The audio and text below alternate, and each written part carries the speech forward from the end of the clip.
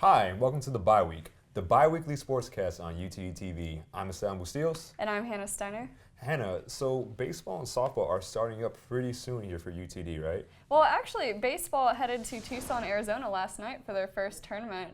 They will be there until, I think, Sunday or Monday, but they'll be starting play, I think, this Friday, and hopefully they just come back with some wins and start the season out great. Interesting. So what's the outlook for the team this year? Well, so as we mentioned before, they're second in the ASC preseason polls, and they've got a lot of depth this year. That's like what we should really note on. They've got a ton of seniors this year, and they have just as many freshmen, which is actually pretty rare. We've got about 15 freshmen. Yeah, I think there's also 15 seniors, so there's tons of depth for the baseball team this year. They've got the experience and they've got the young blood, so I think they're ready. So you have senior Tyler Dower and junior Brandon George. They were both tabbed to be ASC preseason picks to watch this year. So that's going to be all very, very interesting. You talked to a player earlier today, actually, didn't you, Hannah? Yeah, I actually talked to Micah Easterling. He is a pitcher/catcher. He started off as a catcher here at UTD, and he started switching over to being mainly a pitcher this last year. And he got a lot of starts. I think he had about 11 starts last season, which is pretty good when you have as many pitchers as UTD does. Interesting. And so I think he's definitely going to be someone to watch. He started getting more comfortable as a pitcher last year, and he was really nice and sat down to talk with us about this upcoming season. So awesome. Here's Hannah with Micah Easterling. All right, welcome back, Comets. This is the bye week. We've got a little special for y'all. We've got Micah Easterling in to talk to us about baseball's upcoming season. Micah's a senior who's been playing for the Comets all 4 years. Is that right? Yeah. He's a catcher and a pitcher, so he's got a lot of experience. All right, so y'all are heading into your first tournament tonight and headed to Arizona. What can you tell us about this season? As a team, we're really excited. We have the largest team we've ever had. We have the most depth on the position player side and in the bullpen that we've ever had. And so we're excited to have all the new players into the program. And for us seniors, we have a ton of seniors this year. We're really excited for one last go around.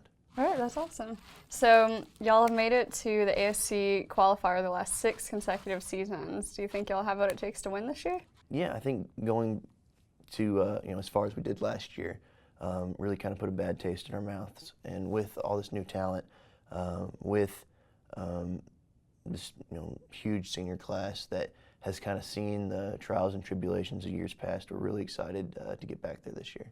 Awesome. So what teams do you think are going to be your toughest rivals this season? Concordia and Tyler historically have been our rivals. We have had good battles with them in the past, and we're excited to kind of see what they have this year and put ourselves to the test. All right.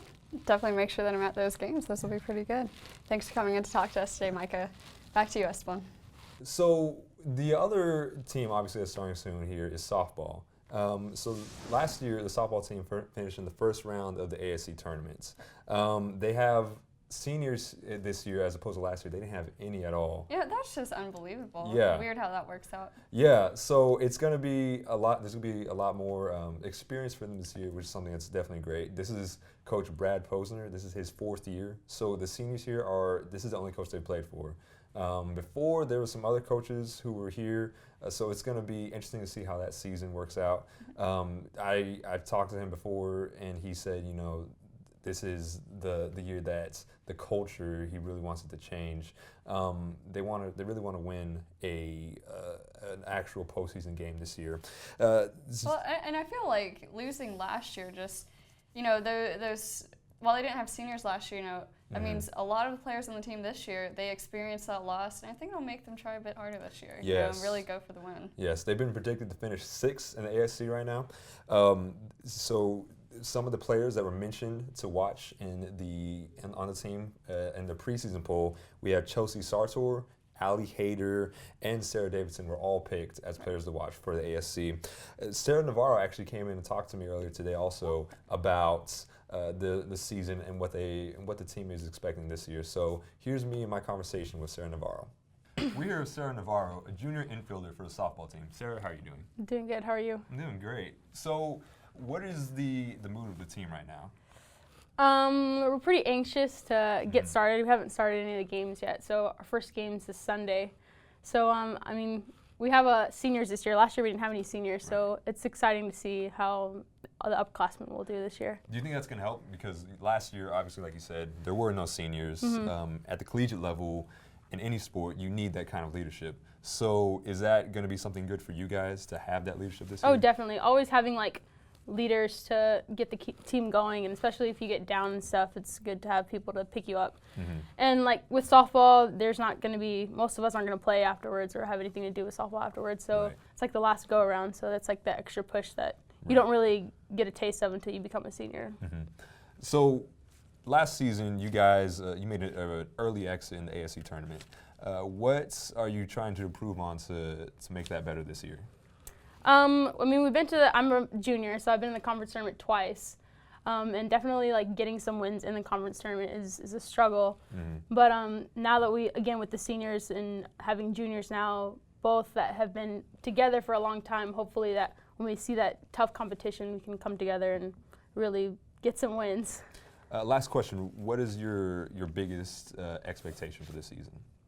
Definitely to get a win in the conference tournament and to go far. I think that our team has a lot of potential, and we just got to figure out how to come together and really perform. So hopefully this year we'll be able to do that since we've been together for so long. Awesome. Well, Sarah, we'll definitely be watching and just keep on cheering you guys on. Okay, thank you so much. Hannah, so the other two sports that we have going on right now are basketball for men's and women's, right? Right. Yeah. An interesting thing about the basketball team this year, they have 4 new starters that have come on. And when I say new, I don't mean people that were here last year and they stepped up. 4 people who are brand new to the team. So you have point guard Caleb Banks, forward Reagan Keogh, forward Kyle Coulter, and guard Raphael Farley. And Raphael Farley, we've mentioned him several times in the last few of our sportscasts. And he is just blowing everybody's expectations out of the water right now. He's leading the conference in points. A few weeks ago, he tied the single game record for 40 points in a season. In a game that's UTD's record. But they're doing some crazy things, and all of them as a whole, the squad is doing fairly well for having so many new players on the team. They seem to have really good chemistry, which, things are always rocky when you bring in new players, especially new players that, like Raphael Farley, are used to playing with a totally different squad, different coach, different system. And it's been an interesting season for them so far.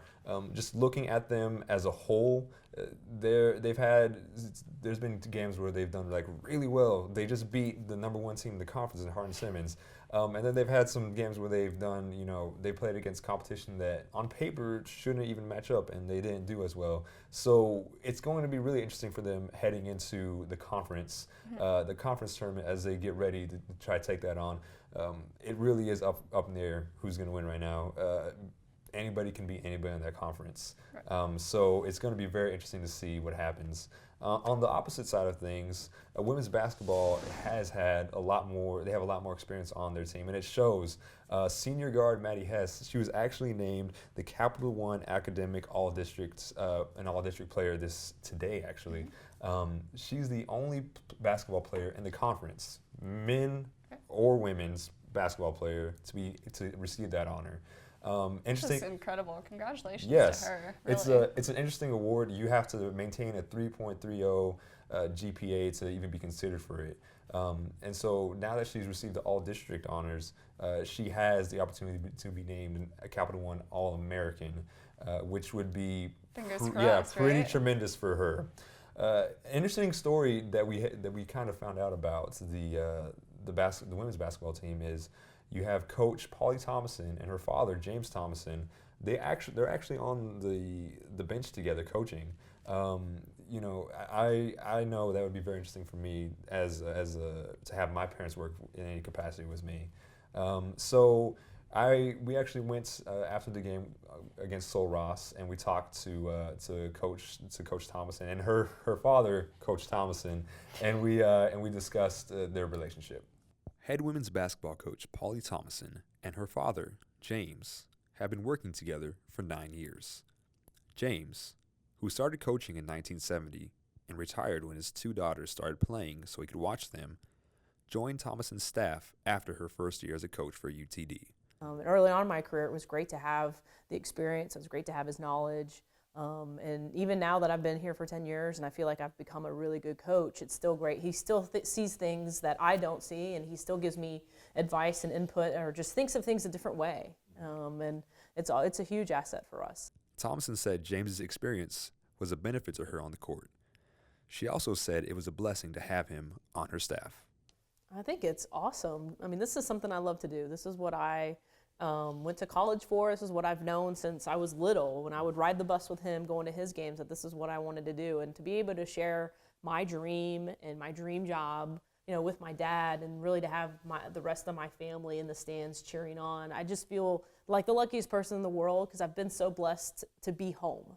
Dallas, Fort Worth is where I'm from, so this is home for me, and I get to have this experience in front of my family, and to share it with my dad. It's been a tremendous blessing for me.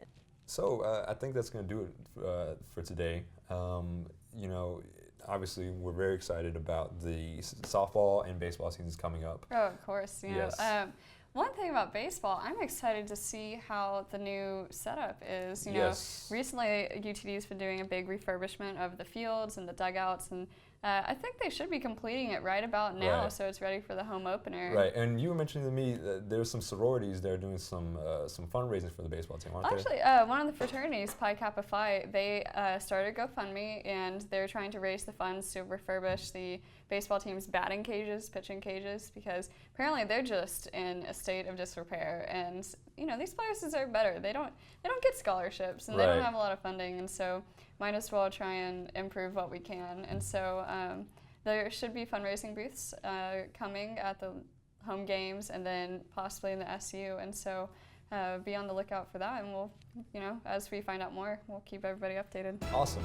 Well, that's going to do it for today on the bye week. For YouTube TV, I'm Sam Bustillos. And I'm Hannah Steiner. Thanks for watching.